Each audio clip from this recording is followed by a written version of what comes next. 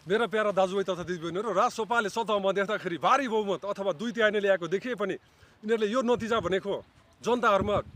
डर पैदा गरेर, भ्रम पैदा गरेर र निराशाको खेती गरेर ल्याएका हुन्।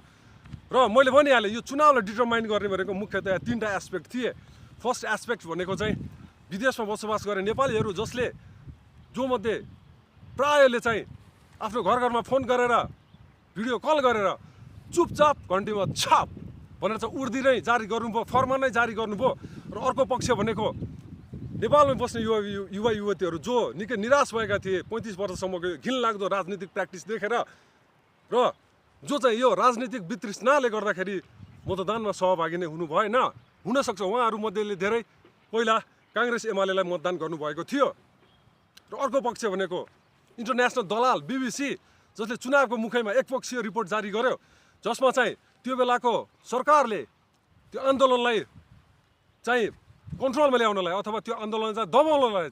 जे हत्कण्डा प्रयोग गरेका थिए त्यो चाहिँ सबै समावेश गर्यो। तर यो चाहिँ समावेश गरेन कि कसरी टिओबीका नायिकाहरू अगाडि बालबालिकाहरूलाई मानव ढाल बनाएर पछाडि बुलेट बाइकमा भटभट भटभट गर्दै थिए र कसरी चाहिँ कलिला भाइ बहिनीहरूलाई बसबाट उतारिएर स्कुल युनिफर्ममै बसबाट झारेर मानव ढालको रूपमा राखिएको थियो र कसरी चाहिँ प्रहरीहरूलाई 6 जना प्रहरीलाई कुटी कुटी मारिएको थियो र कसरी चाहिँ धेरैजना प्रहरीलाई पिटपाट गरेर उनीहरूको हतियार खोसेर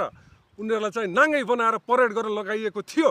त्यो कुरा त कहीँ पनि समावेश गरिएन। र कसरी चाहिँ पहिलो गोली श्रेयम भाइले लागेको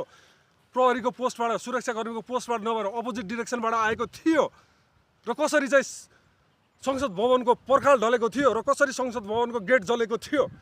त्यो कुरालाई चाहिँ केही पनि समावेश नगरिकन एकतर्फी रूपमा रिपोर्ट निकाल्यो BBCले। तर तपाईँ र हामी नेपाली देशप्रेमी दाजुभाइ तथा दिदीबहिनीहरू भएर हामी हाम्रो रिपोर्ट निकाल्नेछौँ जुन चाहिँ निष्पक्ष हुनेछ, जसले दुवै पक्षलाई समावेश गरेको हुनेछ र जो चाहिँ प्रत्येक नेपालीको हात हातमा हुनेछ, ताकि उनीहरूले 23-24को असली गुनेगार भनेका को हुन्, को चाहिँ वास्तवमा जो दोषी हुन्, को चाहिँ वास्तवमा निर्दोष हुन्, त्यो कुराको यकिन गर्न सकुन्। र हामी सारा नेपालीहरूलाई चित्त बुझाउने छौँ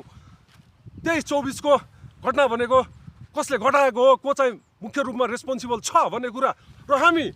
यो बुझाउनलाई नेपालमा मात्र अथवा संसारभरि छरिएर बसेका नेपालीहरू माझ मात्र हामी सीमित रहने छैनौँ। हामी इन्टरनेसनल अरेनासम्म पनि यो सत्यलाई पुर्याउने छौँ र यो सत्यलाई हजुरहरूको सहयोगमा मैले टिकटकमा त भइ नै हाल्यो, त्यसबाहेक मेरो फेसबुक, मेरो चाहिँ युट्युब च्यानल, मेरो चाहिँ इन्स्टाग्राम, मेरो ट्विटर हुँदा लिङ्कडिनसम्म पनि रिलिज गर्ने छौँ। र यो रिपोर्ट भनेको